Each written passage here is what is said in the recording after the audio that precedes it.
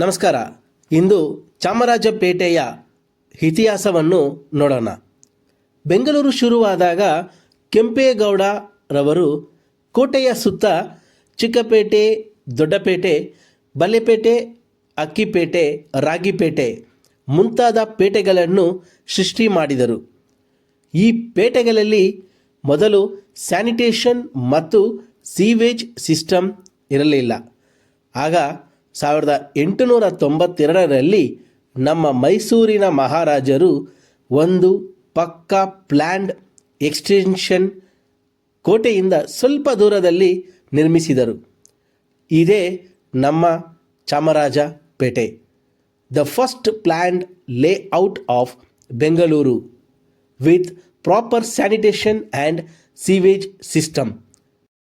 ನಮ್ಮ ಈ ಚಾಮರಾಜಪೇಟೆಯು ಒಂದು ಚೆಸ್ ಬೋರ್ಡಿನ ಆಕಾರದಂತೆ ಪ್ಲ್ಯಾನ್ ಮಾಡಿದ್ದಾರೆ.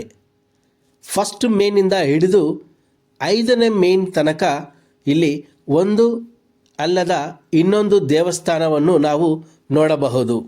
ಚಾಮರಾಜಪೇಟೆ ನಿರ್ಮಾಣ ಆದ ತಕ್ಷಣ ಇಲ್ಲಿ ಯಾರೂ ಬರಲಿಲ್ಲ. ನಂತರ 1898ರಲ್ಲಿ ಬೆಂಗಳೂರಿಗೆ ಒಂದು ಪ್ಲೇಗ್ ಬರುತ್ತದೆ.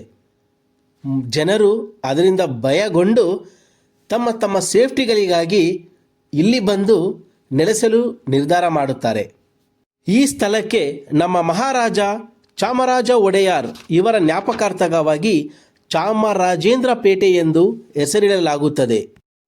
ಹಾಗೆ ಕಾಲಕ್ರಮೇಣವಾಗಿ ಇಂದು ಚಾಮರಾಜಪೇಟೆ ಎಂದು ಹೆಸರಾಗಿದೆ. ಇಲ್ಲಿ ಫೇಮಸ್ ಆಗಿರುವ ಸ್ಥಳಗಳೆಂದರೆ ದಾವಣಗೆರೆ ಬೆಣ್ಣೆ ದೋಸೆ, ಕರ್ನಾಟಕ ಬೇಲ್ ಹೌಸ್, ಶ್ರೀ ಗಣೇಶ ಸ್ವೀಟ್ಸ್ ಮತ್ತು ಶ್ರೀ ಸಾಯಿ ಕೆಫೆ.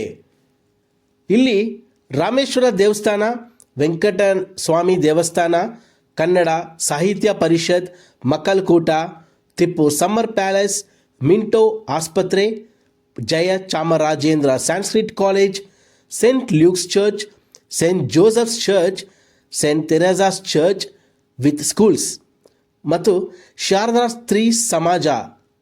ಈ ಸ್ಥಳಗಳೆಲ್ಲ ಮುಖ್ಯವಾದವು.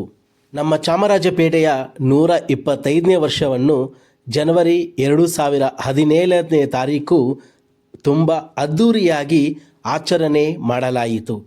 ನಮ್ಮ ಮೈಸೂರು ಮಹಾರಾಜರು ಆಗಮಿಸಿ ಇದನ್ನು ಯಶಸ್ವಿಗೊಳಿಸಿದರು.